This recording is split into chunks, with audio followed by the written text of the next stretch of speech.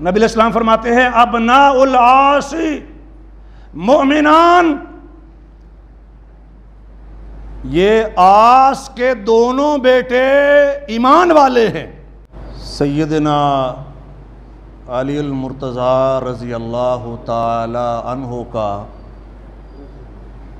اسلام میں بہت بڑا مقام ہے، اس میں کوئی دو رائے نہیں ہے، اور آپ جانتے ہیں کہ میں نے اللہ کی توفیق کے ساتھ مسلسل 6 مہینے اس موضوع پر جمعہ پڑھایا ہے، لیکن حضرت علی رضی اللہ تعالی عنہ اور یوم علی کی آڑ میں اگر مقدس ہستیوں کا تذکرہ نازیبہ انداز میں کیا جائے گا تو یہ ناانصافی ہوگی، اور وہ بھی نیشنل چینلز کے اوپر، یعنی یہ کوئی نیٹ کا مسئلہ نہیں ہے، کوئی انفرادی مسئلہ نہیں ہے، قومی چینلز کے اوپر علل اعلان بعض صحابہ کرام کے بارے میں نازیبہ انداز اختیار کیا جاتا ہے۔ پچھلے دنوں بول ٹی وی کے اوپر ایک صاحب نے حضرت عمر بن عاص رضی اللہ تعالیٰ عنہ کے بارے میں بڑا توہین آمیز انداز اختیار کیا۔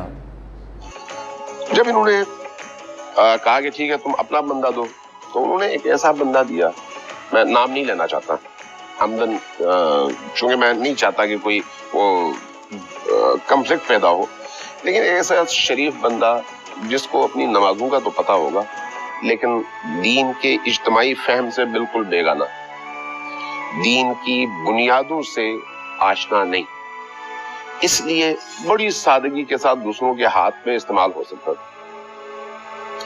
وہ بھی چونکہ دین کی سطحی یہ بات نہ کی جائے گی۔ اب اس کو پڑھ لیں، میں آگے بڑھتا ہوں۔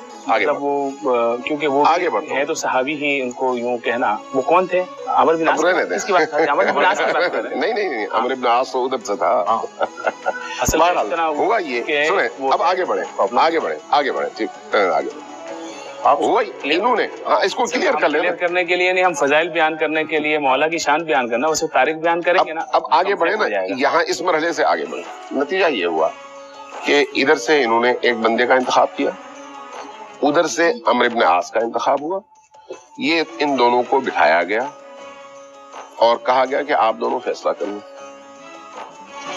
عمر بن عاص نے یہاں کے جو نمائندے تھے ان سے کہا کہ اچھا بھائی یوں کرتے ہیں، آپ بزرگ ہیں، آپ یوں کیجیے۔ نہیں پڑھے رہیں گے علامہ صاحب آج تک تو ہم ان فضائل کو جو ہے وہ بیان کبھی نہیں کر پائیں گے، جیسے کہ آج کی نشست میں ہم نے سارا وقت جو ہے وہ تاریخ کو دے دیا، فضائل کی طرف نہیں آ پائے ہم۔ یہ انہی لوگوں کی سازش ہے، یہ انہی لوگوں کی سوچ ہے جو چاہتے ہیں کہ مولا کائنات کے فضائل جو ہیں وہ بیان نہ ہو پائیں، اور ان کی تاریخ کے اوپر جو ہے وہ ہم تاریخ پہ بات کرتے ہیں۔ جبکہ ہمارے عقیدے کے مطابق، اسلام کی تعلیمات کے مطابق، تاریخ اسلام میں عمر بن عاص رضی اللہ تعالی عنہ کا بڑا مقام ہے، وہ عظیم سپہ سالار ہیں، اسکندریہ کے فاتح ہیں، مصر کے فاتح ہیں۔ حضرت عمر رضی اللہ تعالیٰ عنہ کے دور میں انہوں نے مصر فتح کی ہے، اور زبردست قائدانہ صلاحیتیں ان کے اندر موجود تھیں، بلکہ ایک دفعہ تو نبی علیہ السلام نے حضرت ابو بکر رضی اللہ تعالیٰ عنہ کی موجودگی میں ایک لشکر کا امیر بنایا تھا۔ یہ چھوٹی بات نہیں ہے، بادشاہوں سے ان کے روابط تھے، اور نجاشی کی ترغیب پر وہ مسلمان ہوئے، تو ان کی قیادت اور سیادت کا اندازہ اس سے ہوتا ہے۔ ان کے بارے میں نبی علیہ السلام نے کیا فرمایا ہے وہ تو میں عرض کرتا ہوں، لیکن قرآن نے ایک عمومی ضابطہ دے دیا ہے، وَكُلًّا وَعَدَ اللَّهُ الْحُسْنَى، کہ نبی علیہ السلام کے زمانے کے جتنے بھی مومن تھے ان سب سے اللہ نے جنت کا وعدہ کیا. وہ فتح مکہ سے پہلے مسلمان ہوں، اس موقع پر مسلمان ہوں، اس کے بعد مسلمان ہوں، اللہ تعالیٰ نے ان کے لیے اپنی رضا کا اعلان کر دیا ہوا ہے. رضی اللہ عنہم ورضوا عنہ، اللہ ان پر راضی ہے اور وہ اللہ پر خوش ہے. اور آپس میں اگر ان کا کوئی اختلاف ہوا بھی ہے تو ان کا معاملہ اللہ کے ساتھ ہے. اللہ نے پہلے اعلان کر دیا کہ میں نے انہیں معاف کر دیا ہوا ہے اور انہیں جنت عطا فرما دی ہوئی ہے. اس لیے ہمیں حق نہیں پہنچتا کہ نبی علیہ السلام کے کسی بھی صحابی کو، اہل بیت کے کسی بھی فرد کو اس انداز میں ڈسکس کریں کہ ان کی تکریم میں فرق آئے. کہ نبی علیہ السلام فرماتے ہیں اکرموا اصحابی، میرے ساتھیوں کی تکریم کیا کرو. تو کسی کا وہ تذکرہ جو تکریم کے خلاف ہو، صحابہ کرام کے بارے میں اس کی اجازت نہیں. وہ علی مرزا ہو، اسحاق جہلوی ہو، یا کوئی اور دوسرا تیسرا ہو، شرعاً اس کی اجازت نہیں. اس لیے ہمارے لیے وہ سب قابل احترام ہے. آپ میں سے کوئی دعویٰ کر سکتا ہے کہ میں جنتی ہوں؟ نہیں کر سکتا نا. جمعہ پڑھنے کے لیے آپ مسجد میں آئے ہیں، نمازیں ادا کرتے ہیں، پابندی کرتے ہیں، شریعت کی پاسداری کرتے ہیں، جہاں تک ہو سکے تمام حقوق و فرائض کا لحاظ رکھتے ہیں. اس کے باوجود کوئی شخص یہ نہیں کہہ سکتا کہ میں جنتی ہوں. لیکن نبی علیہ السلام کے صحابہ کے بارے میں، ایک ایک کے بارے میں ہم کہہ سکتے ہیں کہ وہ جنتی. کہاں وہ عظیم ہستیاں اور کہاں ہم گناہگار.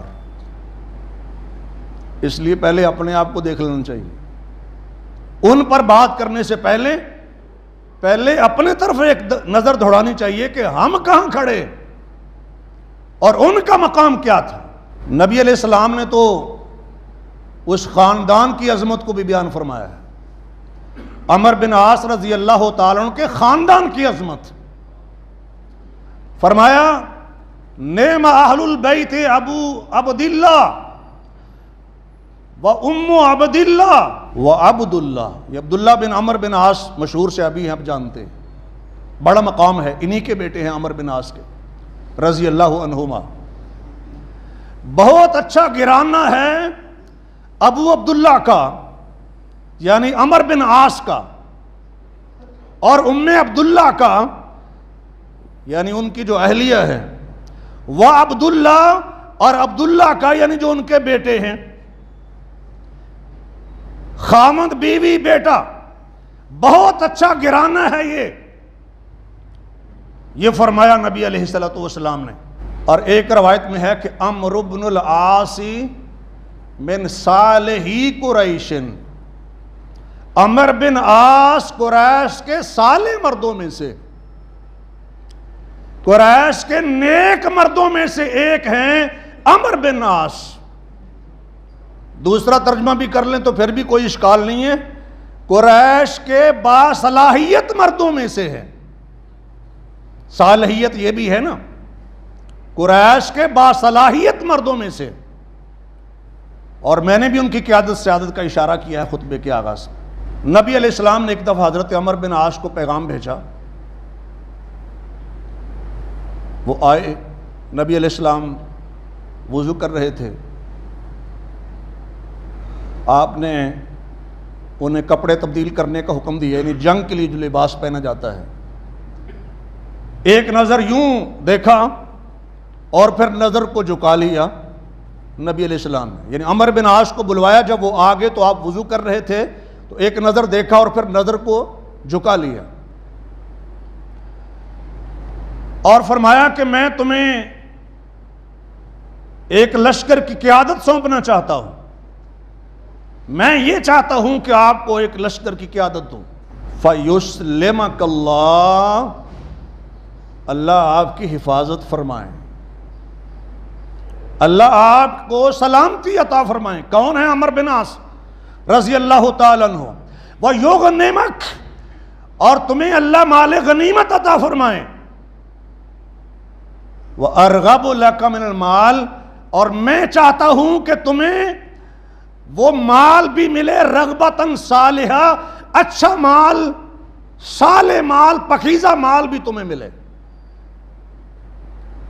عمر بن عاص رضی اللہ تعالیٰ عنہ عرض کرتے ہیں یا رسول اللہ صلی اللہ علیہ وسلم، من اجل المال ولکنی اسلمت رغبتاً فی الاسلام، میں نے اسلام مال کے لیے تو قبول نہیں کیا، میری تو اسلام کے اندر رغبت تھی، اسلام کو پسند کرنے کی وجہ سے میں نے اسلام کو قبول کیا ہے، مال میں رغبت کے لیے تو اسلام قبول نہیں کیا۔ اور دوسری بات وہ یہ عرض کرتے ہیں وَأَنْ أَكُونَ مَعَ رَسُولِ اللَّهِ صلی اللہ علیہ وسلم، اور میں نے اس لیے اسلام قبول کیا ہے کہ میں اللہ کے رسول صلی اللہ علیہ وسلم کے ساتھ رہوں، رسول اللہ صلی اللہ علیہ وسلم کی رفاقت مجھے مل جائے، میں نے تو اس لیے اسلام قبول کیا ہے۔ یہ جذبہ ہے۔ ایسے مخلص لوگ بھی ہیں، نبی علیہ السلام فرماتے ہیں یا عمر، اے عمر، نعم المال الصالح للمرء الصالح، مسند احمد کی روایت ہے، پاکیزہ مال نیک آدمی کے لیے بہت اچھا ہے، نیک آدمی کے لیے پاکیزہ مال بہت خوب ہے۔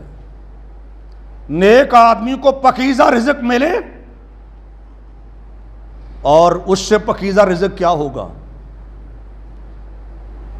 اس سے پاکیزہ رزق کیا ہوگا کہ اللہ کی راہ میں جہاد کر رہے ہیں، اسلام کا بول بالا کرنے کے لیے اپنی جان پیش کرنے کے لیے حاضر ہو گئے ہیں، اور اللہ دشمنوں کو شکست فاش دیتا ہے، مسلمانوں کا بول بالا فرماتا ہے، اسلام کو بلند فرماتا ہے، اور اس کے نتیجے میں مومنوں کو پاکیزہ رزق عطا فرماتا ہے۔ طیبات، قرآن نے کہا ہے طیبات، پاکیزہ رزق، تو فرمایا نیک مرد کے لیے تو پاکیزہ رزق بہت اچھا ہے۔ مطلب یہ کہ تمہارا جذبہ، تمہارا خلوص اور اخلاص اپنی جگہ پر، اور خلوص اور اخلاص کے ہوتے ہوئے اگر پاکیزہ مال بھی مل جائے تو ظاہر ہے سونے پہ سہاگا ہے۔ نبی علیہ السلام نے حضرت عمر کو بحرین کی مہم پر بھیجا تھا، اور خود نبی علیہ السلام کسی اور مہم پر تھے، دشمن کے مقابلے کے لیے کسی اور مہم پر تھے۔ تو نبی علیہ السلام اس غزوے میں، اس جنگ میں، اس مہم میں اون کی کیفیت طاری ہوئی۔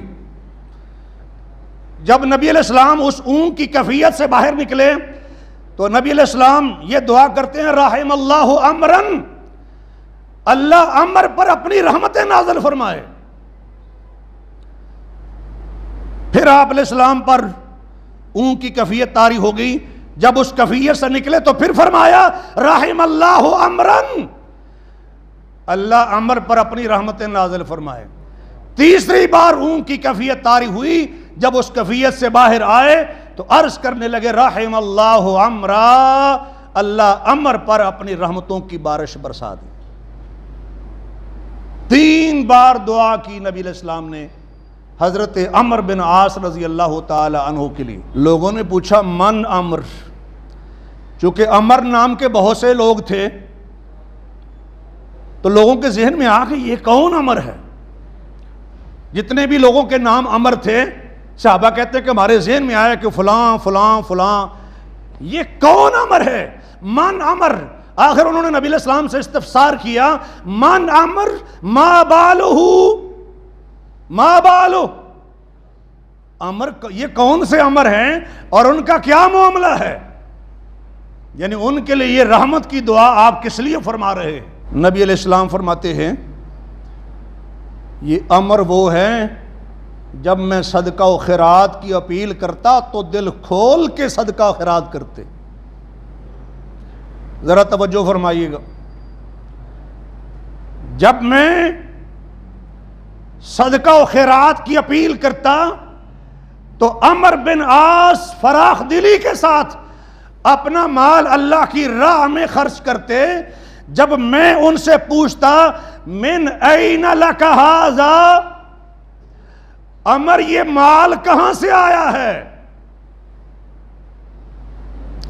آپ سے اگر یہ اپیل کی جائے کہ ہم نے نماز سے پہلے مسجد کے لیے فنڈ اکٹھا کرنا ہے، اور کوئی صاحب کھلے دل کے ساتھ اللہ کی راہ میں خرچ کرے، اور خطیب یہ پوچھ لے کہ حضرت صاحب، شیخ صاحب، بزرگوں، اینے پیسے کتھوں آئے نے؟ یہ اتنے پیسے، اتنا مال، یہ منی ٹریل کا مسئلہ نہیں ہے، یہ اتنے پیسے کہاں سے آئے ہیں؟ عقیدہ کیا ہونا چاہیے جس کی تائید نبی علیہ السلام نے بھی فرمائی ہے؟ جواب کیا ہونا چاہیے؟ نبی علیہ السلام فرماتے ہیں، مستدرک حاکم کی روایت ہے، میں نے جب بھی عمر سے پوچھا من این لک ھذا، عمر یہ مال کہاں سے آیا ہے، تو وہ جواب دیتے تھے من عند اللہ، من عند اللہ، یہ اللہ کی طرف سے، یہ اللہ کا دیا ہوا ہے، اللہ کی مہربانی ہے، اس کی عطا ہے۔ نبی علیہ السلام فرماتے ہیں وَصَدَقَ عَمْرٌ، اور عمر سچ ہی کہتے تھے۔ یہ عقیدہ ہے جس کو تائید نبوی حاصل ہے، عمر نے سچ ہی کہا ہے کہ من عند اللہ، یہ مال اللہ کا دیا ہوا ہے، میرا کمال کیا، میں کس لیے فخر کروں گا، کس لیے خرچ کرنے کی بنا پر دوسروں کو کم تر سمجھوں گا؟ جس کو میں دے رہا ہوں کیسے اسے اپنی نظروں میں گرا سکتا ہوں کہ میں جو دے رہا ہوں وہ ہے جو اللہ کا دیا ہوا ہے، ہوا من عند اللہ۔ یہ حضرت مریم کے حوالے سے بھی آپ سنتے ہیں نا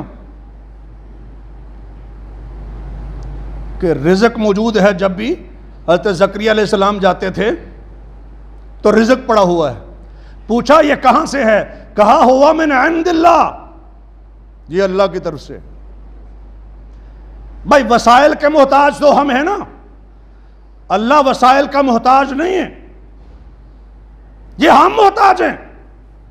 اس لیے عقیدہ درست رکھنا چاہیے، اور درست عقیدہ وہ ہے جو حضرت عمر بن عاص کا ہے رضی اللہ تعالی عنہ کا، اور اس عقیدے کو نبی علیہ السلام کی تائید حاصل ہے۔ وَصَدَقَ عَمْرٌ، نبی علیہ السلام فرماتے ہیں عمر نے سچ فرمایا۔ اِنَّ لِعَمْرٍ خَيْرًا كَثِيرًا، عمر کو اللہ نے بہت خیر عطا فرمائی ہوئی ہے، اللہ کی بڑی مہربانی ہے عمر کے اوپر رضی اللہ تعالی عنہ۔ فرماتے ہیں حضرت عمر بن عاص رضی اللہ تعالی عنہ، جب میرے دل میں اسلام اتر گیا، یعنی میرا دل اسلام کی طرف مائل ہوا، یہ ہوتا ہے نا کہ انسان برائی کی طرف ہوتا ہے، بدی کی طرف ہوتا ہے، کفر کی طرف ہوتا ہے، شرک میں ہوتا ہے، لیکن اللہ تعالیٰ کوئی نہ کوئی سبب لگاتے ہیں، مہربانی فرماتے ہیں، تو دل کا رجحان اور میلان دین کی طرف ہو جاتا ہے، نیکی کی طرف ہو جاتا ہے، خیر کی طرف ہو جاتا ہے، اچھائی کی طرف ہو جاتا ہے، فیاضی اور سخاوت کی طرف ہو جاتا ہے، رحم دلی کی طرف ہو جاتا ہے، دل کا رجحان اور میلان، چونکہ دل اللہ کے ہاتھ میں ہے نا۔ تو کہتے ہیں جب میرا دل مائل ہو گیا اسلام کی طرف، تو میں نبی علیہ السلام کی خدمت میں حاضر ہوا، تو میں نے عرض کیا ابسط یمینک، یا رسول اللہ اپنا دائیں ہاتھ آگے بڑھائیے۔ یہ مصافحہ کرنا ہوتا ہے نا، مصافحہ دائیں ہاتھ سے ہوتا ہے، مصافحہ دائیں ہاتھ سے ہوتا ہے اور ایک ہاتھ سے ہوتا ہے، تو ہاتھ آگے کیجئے نا، یمین دائیں ہاتھ۔ نبی علیہ السلام نے ہاتھ آگے بڑھایا تو عمر بن عاص کہتے ہیں میں نے اپنا ہاتھ پیچھے کر لیا۔ نبی علیہ السلام نے پوچھا اس بارے میں، بھئی ہاتھ پیچھے کیوں کر رہے ہو؟ تو عرض کرتے ہیں یا رسول اللہ میری ایک شرط ہے، اشترط، مطلب یہ تھا کہ میں آپ علیہ السلام کی بیعت کر رہا ہوں، لیکن اس میں میری ایک شرط ہے، ان یغفر لی، کہ زندگی میں جتنے بھی میں نے گناہ کیے ہیں وہ سارے معاف ہو جائیں گے تو میں آپ کی بیعت کرتا ہوں، میری ایک شرط ہے۔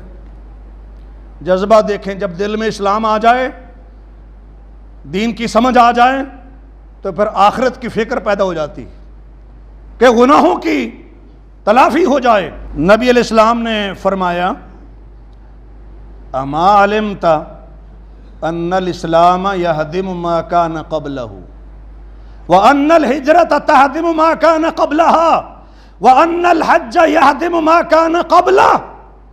آپ کو معلوم نہیں ہے کہ جب کوئی شخص اسلام قبول کرتا ہے تو اس کے سارے گناہ ملیا میٹ ہو جاتے ہیں۔ آپ کو معلوم نہیں ہے کہ جب کوئی شخص اللہ کی راہ میں ہجرت کرتا ہے تو اس کے سارے گناہوں کو معاف کر دیا جاتا ہے۔ آپ کو معلوم نہیں ہے کہ جب کوئی شخص حج کرتا ہے تو یہ ایسا عمل ہے کہ اس کے ذریعے سے اس کے پہلے سارے گناہوں کا صفایا ہو جاتا ہے۔ اما علمت، آپ کو یہ نہیں معلوم، مطلب یہ کہ آپ کو کسی نے یہ نہیں بتایا کہ اسلام کی یہ خوبی ہے اور اسلام کا یہ مقام ہے۔ مطلب یہ ہے کہ یہ شرط اگر آپ نہ بھی لگاتے تو پھر بھی آپ کے گناہ معاف ہونے تھے، کیونکہ اسلام کی شان یہ ہے، ہجرت کی شان یہ ہے، اور حج بیت اللہ کا مقام یہ ہے۔ فرماتے ہیں وما كان من احد احب الی من رسول اللہ صلی اللہ علیہ وسلم، کوئی شخص بھی ایسا نہیں تھا جو مجھے اللہ کے رسول صلی اللہ علیہ وسلم سے زیادہ محبوب ہو۔ اللہ کے رسول صلی اللہ علیہ وسلم سے کوئی شخص بھی ایسا نہیں تھا جو زیادہ پیارا ہو۔ یہی عقیدہ ہے نا، آپ کا بھی یہی عقیدہ ہے کہ ہمیں سب سے پیارے ہیں اللہ کے رسول صلی اللہ علیہ وسلم۔ یہ بھی فرماتے ہیں، اور پھر دیکھیں جب نبی کا مقام دل میں ہو، نبی سے جب محبت ہو تو پھر انسان کا لائف سٹائل کیسے بدلتا ہے، نبی علیہ السلام کا احترام کیسے دل میں آتا ہے۔ فرماتے ہیں کہ آپ کا میری نظروں میں اتنا مقام تھا کہ وَلَا أَجَلَّ فِي عَيْنَيَّ مِنْهُ، میری آنکھوں میں آپ سے بڑھ کر کسی کی بھی شان نہیں تھی، یعنی سب سے زیادہ شان اگر میری آنکھوں میں کسی کی تھی تو وہ محمد الرسول اللہ کی تھی صلی اللہ علیہ وسلم۔ اور میں بھی کہتا ہوں، آپ بھی کہہ لیں، میری آنکھوں میں سب سے زیادہ شان محمد رسول اللہ کی ہے صلی اللہ علیہ وسلم کی، یعنی اللہ کی ساری مخلوق میں سے۔ اور جو ان کے ساتھ ہوں گے،